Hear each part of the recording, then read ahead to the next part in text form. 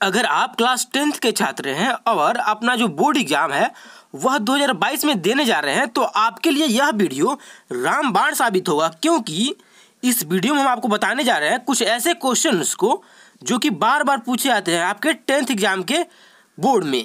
तो आप इस वीडियो को पूरा जरूर से देखिए। आज हम इसमें बात करेंगे कुछ ऐसे सब्जेक्टिव क्वेश्चनों की जो कि बार बार पूछे जाते हैं और लगातार पूछे जाते हैं, हर साल पूछे जाते हैं।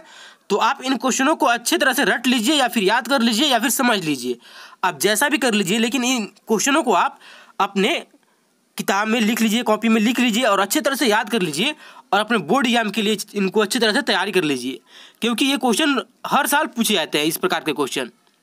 तो आइए देखते हैं उनमें से जो पहला प्रश्न है क्या कह रहा है। पहला प्रश्न, इस सीरीज का जो पहला प्रश्न है वह है प्रकाश से। क्या बोल रहा है क्वेश्चन कि प्रकाश के परावर्तन क्या है या फिर इसे किसे कहते हैं, यानी जो प्रकाश का परावर्तन होता है वह क्या है और उसे या फिर किसे क्या कहते हैं, प्रकाश का परावर्तन किसको कहते हैं। यह जो क्वेश्चन है बहुत ही अच्छा क्वेश्चन है और बहुत बार पूछा जाता है क्वेश्चन यह, जो कि क्लास 10th वाले छात्रों के लिए है यह वीडियो। तो इसका आंसर क्या होगा, आइए इसका आंसर भी देख लेते हैं हम। इसका आंसर होगा कि जब प्रकाश की किरणें किसी अपारदर्शी वस्तु से टकराती है, यानी जो प्रकाश की किरणें होती है जो जब किसी अपारदर्शी वस्तु से टकराती हैं तो टकराने के बाद वापस लौट जाती हैं। वापस लौटने की घटना को ही प्रकाश का परावर्तन कहते हैं।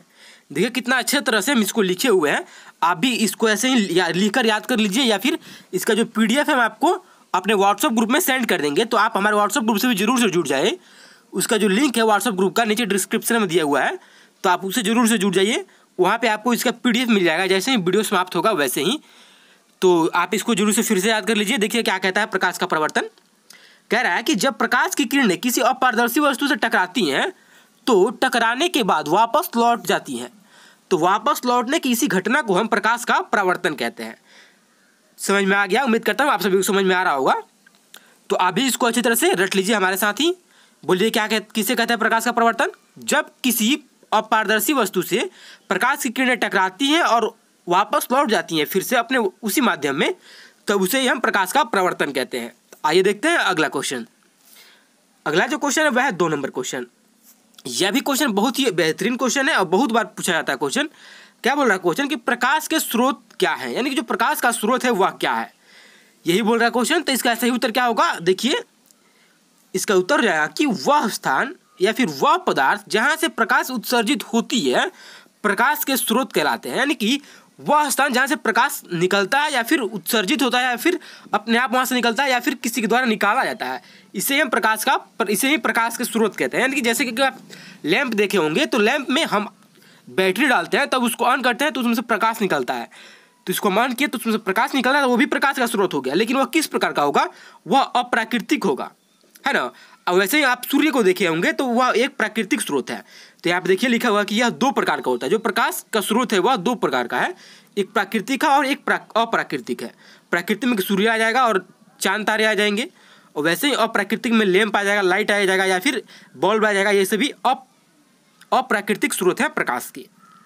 ये भी क्वेश्चन पूछता है मैट्रिक बोर्ड में कि प्रकाश किसे कहते हैं और इनके कितने स्रोत होते हैं। तो आप ये इतना लिख दीजिएगा तो आपका जो जितने नंबर का क्वेश्चन होगा तो आपको फुल मार्क्स मिलेगा।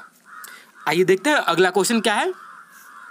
अगला क्वेश्चन हुआ है 3 नंबर क्वेश्चन। क्या बोल रहा है क्वेश्चन कि प्रकाश के प्रवर्तन के नियम लिखे, यानी कि जो प्रकाश का प्रवर्तन होता है उसके नियम को लिखना है। ये भी क्वेश्चन बहुत ही अच्छा क्वेश्चन है, पूछता है बार बार पूछता है इस क्वेश्चन को, तो आप इसको याद कर लीजिए। आइए देखते हैं इसको। देखिए आप जब ये क्वेश्चन पूछता है तो यह 2 नंबर में पूछता है। तो आप ऐसे जैसे हम यहाँ पे लिखे हुए हैं 1 नंबर और 2 नंबर, ऐसे ही आप अपने बोर्ड एग्जाम में लिखिएगा तो आपको 2 नंबर में 2 नंबर जरूर मिलेगा। टॉपिक वाइज लिखिएगा तो आपको पूरा का पूरा नंबर मिलेगा, और इसी को आप एक ही में लिख दीजिएगा दोनों को तो आपको 1 नंबर मिलेगा, है ना। तो हम जैसे लिखे हैं वैसे ही आप भी लिखिएगा अपने बोर्ड एग्जाम में। तो क्या हुआ इसका आंसर, इसका आंसर हो जाएगा कि आपतित किरण, परावर्तित किरण एवं अभिलंब तीनों एक ही तल में रहते हैं। और दूसरा जो हो जाएगा वह हो जाएगा कि आपतन कोण परावर्तन कोण के बराबर होता है। कोण I बराबर होता है कोण R के। समझ में आ गया आपको। तो आप ये दोनों लिखिएगा तो आपको 2 नंबर में 2 नंबर मिल जाएगा। आपतित किरण, परावर्तित किरण के एवं अभिलंब तीनों एक ही तल में रहते हैं और आपतन कोण परावर्तन कोण के बराबर होता है, यानी कि कोण I बराबर कोण R होता है। ये भी क्वेश्चन पूछता है तो आप इसको भी याद रखिएगा। ये भी आपका 2 नंबर में पूछता है तो आप इसको लिख के आइएगा। तो जैसे हम लिखे हुए हैं ऐसे ही आप भी लिख के आइएगा, तो आपका जो 2 नंबर होता है 2 नंबर में 2 नंबर मिलेगा। आइए बढ़ते हैं अगले क्वेश्चन की तरफ। अगला क्वेश्चन है वो है 4 नंबर क्वेश्चन। क्या बोल रहा है क्वेश्चन कि प्रतिबिंब किसे कहते हैं। ये भी क्वेश्चन पूछता है कि प्रतिबिंब किसे कहते हैं और प्रतिबिंब कितने प्रकार के होते हैं। तो आप बताइएगा 2 प्रकार के होते हैं, रियल इमेज और एक होता है इमेजिनरी इमेज, यानी कि वास्तविक प्रतिबिंब और एक काल्पनिक प्रतिबिंब। आइए देख लेते हैं कि प्रतिबिंब किसे कहते हैं। प्रतिबिंब किसे कहते हैं तो किसी बिंदु स्रोत से आते हुए प्रकाश की किरणें दर्पण से परावर्तन के बाद जिस बिंदु पर मिलती हैं या जिस बिंदु पर मिलती हुई प्रतीत होती हैं उस बिंदु को हम प्रतिबिंब कहते हैं। यानी कि जब किसी स्रोत से कोई प्रकाश आ रहा है और दर्पण से टकराने के बाद वह जिस बिंदु पर मिलता है या फिर मिलते हुआ प्रतीत होता है उसे ही हम प्रतिबिंब कहते हैं। और प्रतिबिंब 2 प्रकार के होते हैं, वास्तविक प्रतिबिंब और काल्पनिक प्रतिबिंब। यहाँ पे नहीं लिखे हुए हैं तो आप लिख लीजिएगा कि वह प्रतिबिंब जो होते हैं वो 2 प्रकार के होते हैं, वास्तविक प्रतिबिंब और काल्पनिक प्रतिबिंब, है ना। तो आप इसको याद कर लीजिएगा इसको भी। आइए देखते हैं अगला क्वेश्चन क्या कह रहा है। अगला जो क्वेश्चन है वह 5 नंबर क्वेश्चन। यह क्वेश्चन प्रतिबिंब से ही है, वास्तविक प्रतिबिंब और काल्पनिक प्रतिबिंब में अंतर स्पष्ट करना है। हम बताए थे ना अभी कि प्रतिबिंब 2 प्रकार के होते हैं, वास्तविक प्रतिबिंब और काल्पनिक प्रतिबिंब। तो इसका जो 1 नंबर है वास्तविक प्रतिबिंब, आइए उसको जान लेते हैं, उसके बाद हम काल्पनिक प्रतिबिंब को जानेंगे।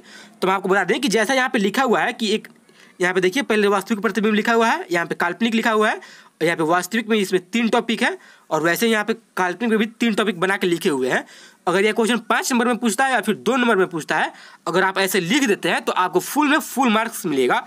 तो हम जैसे यहाँ पे आपको बता रहे हैं वैसे ही आपको बोर्ड एग्जाम में लिखना है और वैसे ही आपको अपना फेयर बनाना है। फेयर का जो कॉपी बनाएंगे आप वैसे ही बनाएंगे जैसा कि हम यहाँ पे लिख के बता रहे हैं।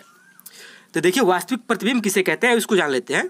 1 नंबर में बोल रहा है कि दर्पण से परावर्तन के बाद दर्पण से परावर्तन के बाद प्रकाश की किरणें जिस बिंदु पर मिलती है उसे वास्तविक प्रतिबिंब कहते हैं। यानी कि दर्पण से टकराने के बाद जो प्रकाश की किरणें होती हैं जिस बिंदु पर मिलती हैं उसे हम वास्तविक प्रतिबिंब कहते हैं। 1 नंबर टॉपिक हो गया, इसको आप 1 नंबर में लिख देंगे, आपका 1 नंबर यहाँ से हो गया, ठीक ना। वैसे यहाँ पे लिखेंगे वास्तविक प्रतिबिंब उल्टा होता है, तो आपका इसमें भी अच्छा जो चेक करेगा वो देखेगा कि हाँ जो बच्चा हुआ टॉपिक वाइज लिखा है तो उसको फुल मार्क्स मिलेगा, ठीक ना। आपको वैसे ही लिखना है जैसे हम यहाँ पे लिख के आपको बता रहे हैं। और 3 नंबर में लिखेंगे हम कि इसे पर्दे पर उतारा जा सकता है। यानी कि जो वास्तविक प्रतिबिंब होता है उसे हम पर्दे पर उतार सकते हैं, और जो वास्तविक प्रतिबिंब बनता है वह उल्टा बनता है, और जो वास्तविक प्रतिबिंब होता है वह दर्पण से परावर्तन के बाद जिस बिंदु पर मिलता है उसे हम वास्तविक प्रतिबिंब कहते हैं। तो आप इतना लिखिएगा। और जो वास्तविक प्रतिबिंब में और आगे आपको लिखना है काल्पनिक प्रतिबिंब, वो भी हम आपको बता रहे हैं। यहाँ पे देखिए काल्पनिक प्रतिबिंब में आपको लिखना है कि दर्पण से परावर्तन के बाद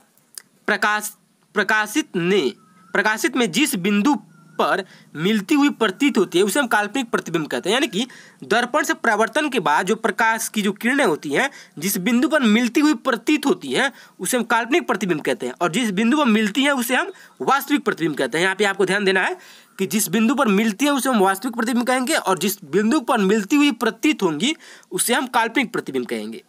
और इसमें जो 2 नंबर लिखना है हम उसमें लिखेंगे कि काल्पनिक प्रतिबिंब सीधा होता है और इसे पर्दे पर नहीं उतारा जा सकता। यहाँ पे देखिए इसको पर्दे पर उतारा जा सकता है और यहाँ पे इस पे पर्दे पर नहीं उतारा जा सकता है, और यहाँ पे काल्पनिक प्रतिबिंब सीधा होता है और यहाँ पे वास्तविक प्रतिबिंब उल्टा होता है। तो यह आप 3 अंतर लिख देंगे तो आपको 5 में 5 नंबर मिलेगा। अगर 5 नंबर का क्वेश्चन रहेगा, अगर 2 नंबर का रहेगा तो 2 में 2 नंबर मिलेगा आपको। तो इस वीडियो को हम यहीं पे समाप्त करते हैं। यहाँ पे हम आपको 5 क्वेश्चन करा दिए, जितने भी इस यहाँ पे हम प्रकाश का जितना भी मोस्ट वीवीआई ऑब्जेक्टिव क्वेश्चन था जो कि बार बार पूछा जाता है उसमें का हम 5 क्वेश्चन आपको करा दिए हैं, और बाकी का जितना क्वेश्चन बचा है आने वाले अगले वीडियो में हम आपको वो भी करा देंगे। तो आप इस वीडियो को ज़्यादा से ज़्यादा अपने दोस्तों में शेयर कीजिए, और वीडियो को अभी तक लाइक नहीं किया तो जल्दी से लाइक कीजिए। अगर आपको कोई भी दिक्कत हो तो आप कमेंट सेक्शन में पूछ सकते हैं। तो जल्द ही मिलेंगे आपसे अगले वीडियो में, तब तक के लिए आप चैनल को सब्सक्राइब कर लीजिए, वीडियो को लाइक कीजिए, अपने दोस्तों में भी शेयर कीजिए इस वीडियो को। तब तक के लिए इस वीडियो को यहीं पर समाप्त करते हैं।